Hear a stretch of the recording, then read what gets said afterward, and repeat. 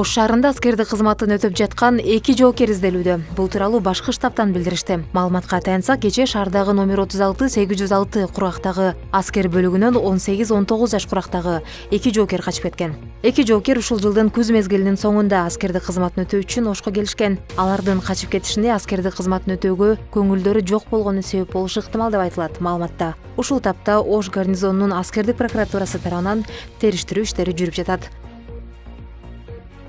Ноокат районунда 5000 сом пара алып жаткан жеринен кармалган жол кыймылы коопсуздугун камсыздоо бөлүмүнүн инспектору сурак учурунда абалы начарлап ооруканага жаткырылды. Бул маалыматты Ош облустук жол кыймылынын коопсуздугун камсыздоо бөлүмүнүн өкүлү Алтынбек Теңизбаев билдирди. Анын айтымында шектүү катары кармалган инспектор буга чейин жүрөгү ооруп калаадагы ооруканалардын биринде дарыланып чыккан. Инспектор сурак берип жаткан маалда абалы кескин начарлаган. Натыйжада тез жардам кызматы чакыртылып, шаардагы ооруканалардын биринин кардиология бөлүмүнө жеткирилген. Дарылануусун улантып жатат, деди Теңизбаев. Белгилей кетсек, кечээ 3 декабрда ыкчам тергөө аракеттеринин алкагында милициянын старшинасы 5000 сом пара алып жаткан жеринен колго түшкөн.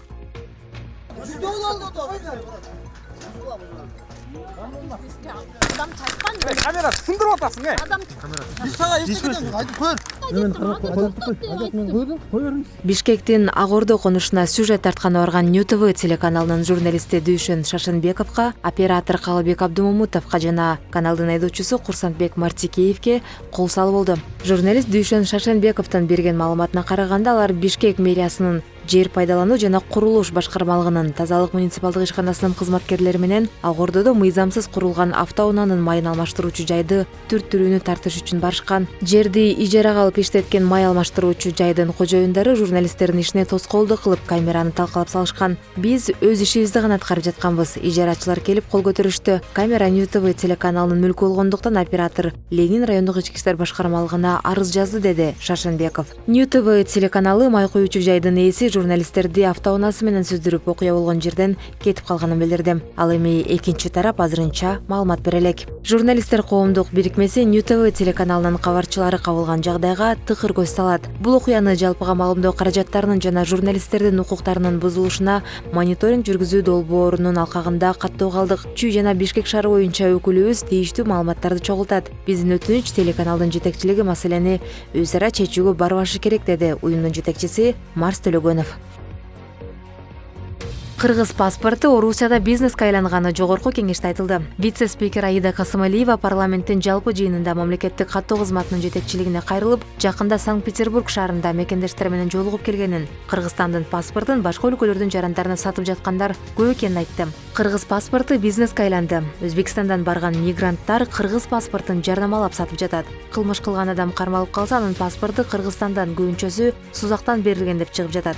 Текшергенде жасалма паспорт эмес деп пин туура чыгып жатат. Системаны текшергенде жакынкы арада Кыргызстанда чыгарылган деп көрсөтүүдө, деди Касымалиева. Мамлекеттик каттоо кызматы депутаттын дооматтарын четке кагууда. Мекеменин башчысы Алмаз Мамбетов азыр кыргыз паспортун мыйзамсыз жазып берүү дээрлик мүмкүн эмес экенин билдирди. Мамбетов паспортты жасоо жана паспортты мыйзамсыз жазып берүү деген эки башка нерсе экенин айтып, эгер жасалма фактылар болсо, аны милиция текшериши керек экенин белгиледи. Жыл башынан бери Кыргызстанда мыйзамсыз паспорт берүү фактысына байланыштуу 36 кылмыш иши козголгону жакында расмий айтылган.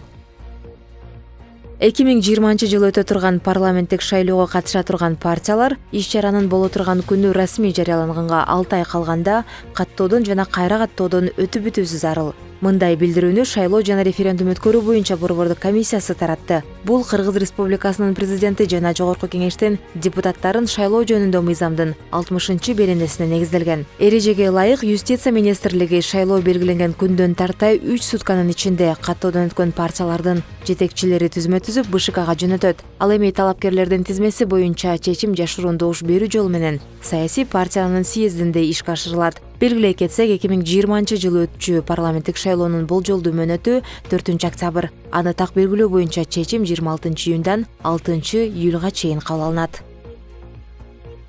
Бишкекте абанын булгануу деңгээли соңку 2 күндө кескин төмөндөдү. Бул тууралуу Өзгөчө кырдаалдар министрлигинин басма сөз катчысы Эльмира Шерипова билдирди. Шерипованын айтымында ноябрдын акыркы күндөрүнө караганда бүгүн булгануу 34 эсе аз. 3-4 декабрда Бишкек шаарында аба массасынын алмашуусу байкалууда. Ар түрдүү бийиктиктерде жүргөн шамалдын ылдамдыгы секундасына 15 метрге жетип жатты. Мындай метеорологиялык шарт борбор калаан абасындагы зыянзаттардын тарап кетишине алып келди. Футзал боюнча Кыргызстандын курамасы Түркиянын командасын 5-3 эсебинде утту. Бул тууралуу Кыргызстандын футбол федерациясынан кабарлашты. Оюн Азия 2020 оюндарына даярдык көрүүнүн алкагында өткөрүлгөн. Беттештин жүрүшүндө Мирлан Жолдубаев, Дилшат Кадыров, Максат Алимов, Юлдашбаев жана Салимбаев гол киргизишкен.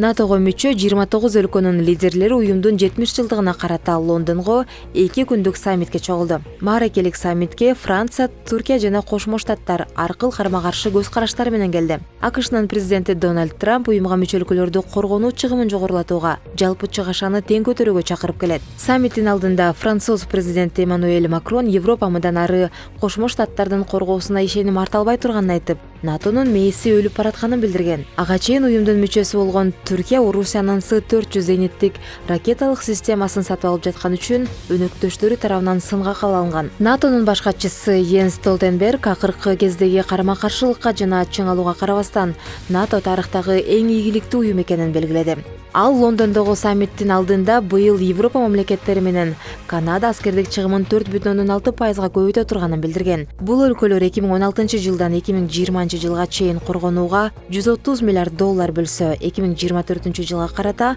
бул сумма 400 миллиард долларга жетиши керек. Столтенбергдин айтымында НАТО жакынкы жылдары программа 30 деп аталган планды ишке ашырууга ниеттенип жатат. Ага ылайык уюм жаңжал чыккан учурда 30 күндүн ичинде кошумча 30 аскердик кеме, 30 авиациялык эскадрилья жана 30 аскердин 30 батальонун толук аскердик даярдыкка жеткириши керек. Түндүк Атлантикалык келишим уюмун 1949-жылы АКШ, Канада жана 10 европалык өлкө советтик экспансияга каршы туруу максатында негиздеген. Азыркы учурда ага 29 мамлекет мүчө. Филиппинди каптаган Камури бороону бир кишинин өмүрүн алды. 100 миңдеген тургун коопсуз жайларга көчүрүлдү. Шамалдын ылдамдыгы саатына 235 чакырымга жетип жатат. Баш кала Манилада окуу жайлар жана мамлекеттик мекемелер жабылды. 3 декабрдагы кабарга ылайык аэропортто 500дөй авиакаттам токтоду. Бул жыл башынан өлкөгө бүлүк салган 20-чы тайфун. Японияда кыз-келиндер жумушта көз айнек тагынууга жана жалпак бут кийим кийүүгө тыюу салган эрежелерге каршы өнөктүктү улантып жатышат. Күнчыгыш өлкөсүндө аялдардын ажарын бузат деп көз айнек тагынууга уруксат берилбейт. Ошондой эле аялдар кеңседе бийик такалуу бут кийим кийип жүрүүгө милдеттүү. Активист Юми Исакова петиция жарыялап, кол топтоодо. Маалыматка караганда онлайн петицияны 31 миң адам колдоду. Бут жана оору деген маанини туюндурган акция Японияда жылдын башында башталган.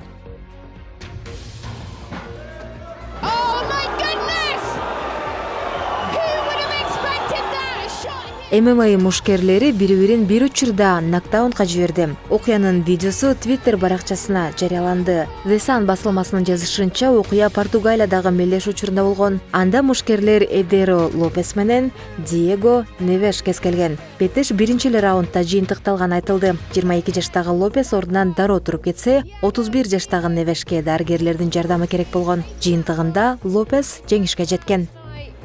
And we will stay respectful until he's back